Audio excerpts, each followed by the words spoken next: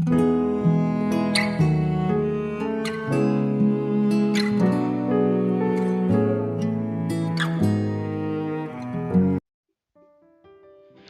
selamat pagi saudaraku. Senang kembali menjumpai saudara di pagi ini. Saya berharap kita tetap dalam kasih dan penyertaan Tuhan Yesus Kristus. Selamat datang di channel Pokok Anggur bersama saya Yosia Krispianto. Mari saudaraku, sebelum kita bersama-sama merenungkan firman Tuhan, mari kita berdoa. Bapa di surga, Bapa di dalam nama Tuhan Yesus, Bapa, terima kasih buat penyertaan dan perlindungan Tuhan sepanjang malam dalam istirahat kami. Tuhan, sebelum kami beraktivitas di hari ini, kami rindu untuk merenungkan firman Tuhan. Kami rindu untuk bersekutu dengan firman-Mu. Mari terangi hati kami ya Tuhan, ajar kami untuk mengerti dan memahami segala kehendak dan rencana-Mu bagi kami. Terima kasih Tuhan, ini doa kami. Dalam nama Tuhan Yesus kami berdoa. Amin. Puji nama Tuhan, saudara. Baik, kita akan membaca di dalam Lukas pasal 13 ayat yang ke-7. Sudah 3 tahun aku datang mencari buah pada pohon ara ini, dan aku tidak menemukannya. Tebanglah pohon ini. Untuk apa ia hidup di tanah ini dengan percuma? Saudaraku, dalam perumpamaan tentang pohon ara yang kita baca, dikatakan sudah 3 tahun lamanya si pemilik kebun mencari buah pada pohon ara itu. Namun ia tidak mendapatkannya. Lalu si pengurus kebun tersebut meminta kepada pemilik kebun untuk memberi kesempatan setahun lagi. Firman Tuhan berkata, aku akan mencangkul tanah sekelilingnya dan memberi pupuk kepadanya. Mungkin tahun depan ia berbuah. Jika tidak, tebanglah dia. Hal ini berbicara tentang sebuah kesempatan, saudaraku. Dalam hidup kita, menjumpai ada banyak kesempatan. Dengan kata lain, hidup ini adalah sebuah kesempatan. Pertanyaannya, saudara, bagaimana agar kita dapat melihat kesempatan itu dan menggunakannya dengan baik? Orang-orang yang berhasil dalam bidang apapun yang ditekuninya adalah mereka yang mampu menangkap setiap kesempatan yang menghampiri hidupnya. Bukan berarti mereka tidak pernah gagal, tapi mereka mampu menjadikan kegagalan sebagai kesempatan untuk belajar, berbenah, dan memperbaiki diri. Sebaliknya, ada banyak orang yang hidup dalam kegagalan demi kegagalan oleh karena telah menyia-nyiakan dan membuang kesempatan yang datang dalam hidupnya. Menyadari betapa berharganya waktu atau kesempatan dalam hidup ini, Rasul Paulus pun menasihati agar kita benar-benar memperhatikan dengan seksama hal ini, saudara. Dikatakan tertulis, bagaimana kamu hidup, janganlah seperti orang bebal, tetapi seperti orang arif, dan pergunakanlah waktu yang ada, karena hari-hari ini adalah jahat. Kalau kita tidak cermat memperhatikan, maka kita akan kehilangan kesempatan.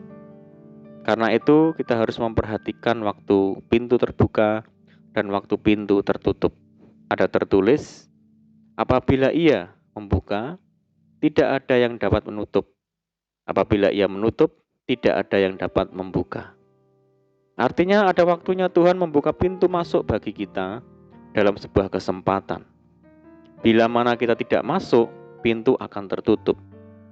Pintu itu bisa sebuah kesempatan-kesempatan baik yang kita miliki, yang mungkin cuma sekali saja. Pengkhotbah menyatakan bahwa nasib semua orang sama.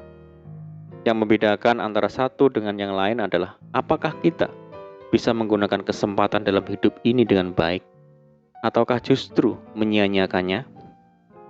Maka dari itu, segala sesuatu yang dijumpai tanganmu untuk dikerjakan, kerjakanlah itu sekuat tenaga, karena tak ada pekerjaan, pertimbangan, pengetahuan, dan hikmat dalam dunia orang mati, kemana engkau akan pergi.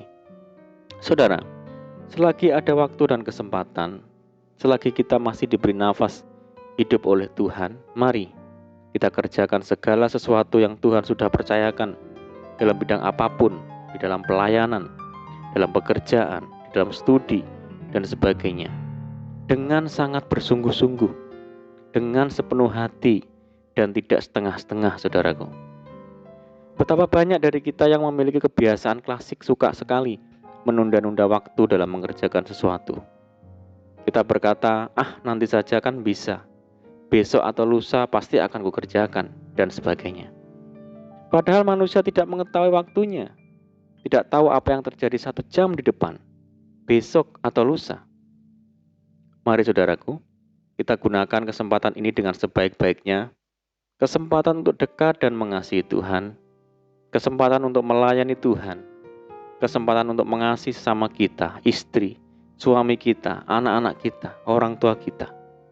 Mari kita melakukannya dengan kesungguhan hati, sebab kesempatan yang Tuhan beri bisa saja tidak datang kedua kalinya. Amin. Puji Tuhan. Mari kita berdoa. Bapa di surga, Bapa di dalam nama Tuhan Yesus, terima kasih buat firman-Mu saat pagi ini. Kami menyadari ya Tuhan bahwa hidup kami adalah kesempatan untuk hidup semakin berkenan kepada Tuhan, kesempatan untuk mengasihi saudara-saudara kami, kesempatan untuk melakukan yang terbaik. Ajar kami ya Tuhan untuk selalu bijak mempergunakan waktu yang ada, dan ajar kami senantiasa untuk melakukan segala perkara dengan kesetiaan. Terima kasih Tuhan. Saat ini kami menyerahkan hidup kami hari ini ke dalam tangan-Mu ya Tuhan. Berkati kami hari ini. Berkati segala usaha dan pekerjaan yang kami lakukan lewat tangan-tangan kami. Dan jadikan kami hari ini berhasil dan beruntung. Dan sertai kami hari ini dengan penyertaan-Mu yang sempurna ya Tuhan. Dan mohon petunjuk-Mu sehingga kami hidup sejalan dengan segala kehendak Tuhan. Limpahi kami dengan sukacita dan damai sejahtera ya Tuhan hari ini. Dan jauhkan kami dari segala malapetaka. Ini doa kami ya Tuhan, kami percaya Tuhan mendengar seruan doa kami. Hanya di dalam nama Tuhan Yesus Kristus kami berdoa. Amin. Puji Tuhan saudaraku, kita sudah berdoa. Kita percaya penyertaan Tuhan selalu ada bagi kita hari ini. Mari kita tetap mengandalkan Tuhan dan tetap semangat di dalam Tuhan. Saya ucapkan selamat pagi, selamat menyongsong hari yang baru, selamat beraktivitas. Doa saya menyertai saudara semua. Tuhan Yesus memberkati. Haleluya.